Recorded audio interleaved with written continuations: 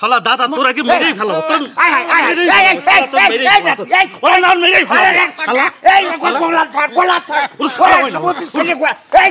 তোমার আমি কত করে কইছিলাম বিয়েটা সারিয়ে ফেলে যাও, নতুন যে বাজেট হয়ে গেছে বিয়ের পরে ট্যাক্সও মেরিয়ে দিয়েছে। প্রকৃত অর্থে যারা রাজপথে থেকে যুদ্ধ করিয়েছে তারা আজকে বঞ্চিত। যুদ্ধ সময় তুই যুদ্ধ করতে পারবি না ভালো কথা, তা তুই আছে যুদ্ধর সময় বন্দুকের একটা গুলির খোসা এটা করে দিবার দিস, তাই তো আমার চাকরিটা হয়তো। কি যে দিনকাল আইলো কবির। নতুন বাজেটে শুনছি তোমার বিয়ে, তোমার মেয়ে দেখা, কন্যা দেখা, গালে ভাত, নুনু কাটা সবকিছুতে ট্যাক্সও লাগবে। এখন আর সে জামেনা নাই। তোমার আমাকে সে জামেনার কথা মনে পড়ে? 8 টাকায় 1 মণ চাল কিনলাম। আমার বিয়েই তো খরচ হইল 30 টাকা। 30 টাকায় দিয়ে বিয়ে সম্পূর্ণ কমপ্লিট। নসিবটা ভালো, ওই সময় বিয়েটা সারিয়ে ফেলিলে বাপু। তা না হলে তোমার এখনকার সময় বিয়ে করতে গেলি যে ট্যাক্সও, তাতে বিয়ে করা হইতো না। একটা কথা মনে আছে, ওই যে 1962 সালের দিকে তোমার উঠোনের পরে কই মাছ উঠলো। আরে বাবা, সে কই মাছ দেখে ভাবির তো মাথা খারাপ হয়ে গেল, ধরতে যাই দাঁড়াম করে পড়ে গেল। আমি আবার ধরতে গেলাম, তুই বললে যে না পর্দা তরক হয়ে যাবে, আস্তে করে আমি আর ধরলাম না। মনে আছে। আসসালামু আলাইকুম। কি খবর দাদু ভাই? দাদা কি খবর? ওয়ালাইকুম আসসালাম। শোনো বাপু, বলেন। তোমার আমি কত করে কইছিলাম বিয়েটা সারিয়ে ফেলে যাও, নতুন যে বাজেট হয়ে গেছে বিয়ের পরে ট্যাক্সও মেরিয়ে দিয়েছে। এখন তোমার দাদা, যেটা আমি বিয়ে করি 30 টাকায় বিয়ে করেছে।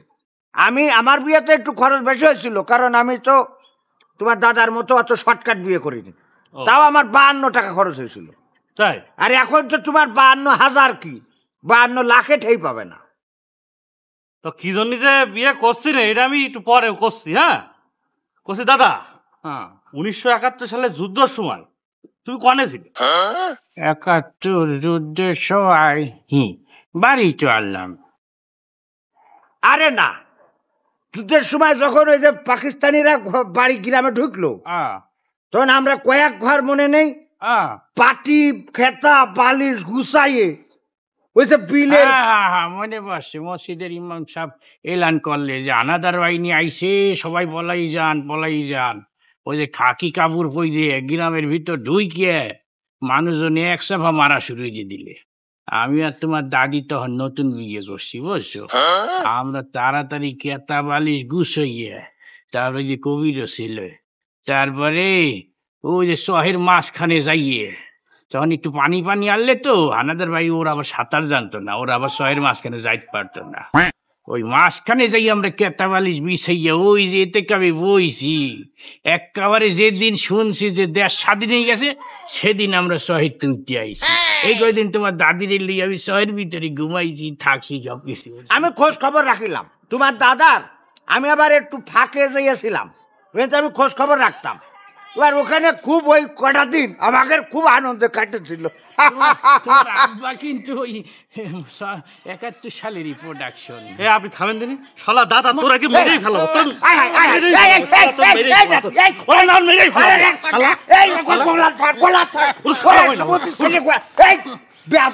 আমি এখানে রয়েছি, তুই গোলা ছাড়। এই মুরব্বী মানুষ, তুই কি করতেছিস? আরে বেয়াদব ছেলে কোথাকার! এই তুমি আমার একটা কোন ধরনের বেয়াদবি এটা? তুমি তোমার দাদা আর আমি ছোটবেলার বাল্যকালের বন্ধু, তার গায়ে হাত দিচ্ছ তুমি? এত বড় বেয়াদব তুমি! তোমার মতো নাতি ছেলের আমাকে দরকার নাই, বহিষ্কার। আপনি আমার কথা শুনেন তা, ওই শালার মারবো না কি করবো? ওই শালার জন্য আমার জীবনটা শেষ হয়ে গেছে। আমি আবার তোর জীবন কি করলাম? জীবন কি করলাম মানে ওই যুদ্ধের সময়, ও শালা যুদ্ধের সময় তুই যুদ্ধ করতে পারবি না ভালো কথা, তা তুই আছে যুদ্ধর সময় বন্দুকের একটা গুলির খোসা এটা করে দিবার দিস, তাই তো আমার চাকরিটা হয়তো। শালা তুই সেই সময় দাদির নিয়ে যে তুই বিলির ধারে তুই আকাম করেছিস। আবার কথা। আরে বাবা, ওটাও এক প্রকার যুদ্ধ রে বাপু।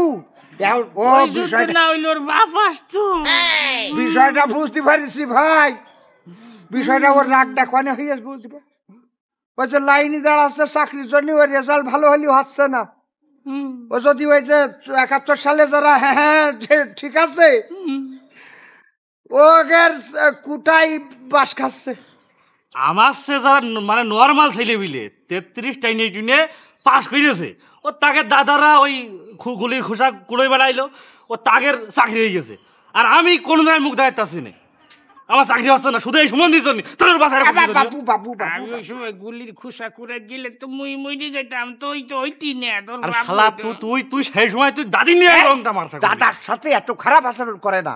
1971 সালে আমরা বুঝতে পারিনি যে ভবিষ্যতে এত দাম হবে। তবে একটা কথা কি জানিস দাদা, কি প্রকৃত অর্থে যারা রাজপথে থেকে যুদ্ধ করিয়েছে তারা আজকে বঞ্চিত। কেন?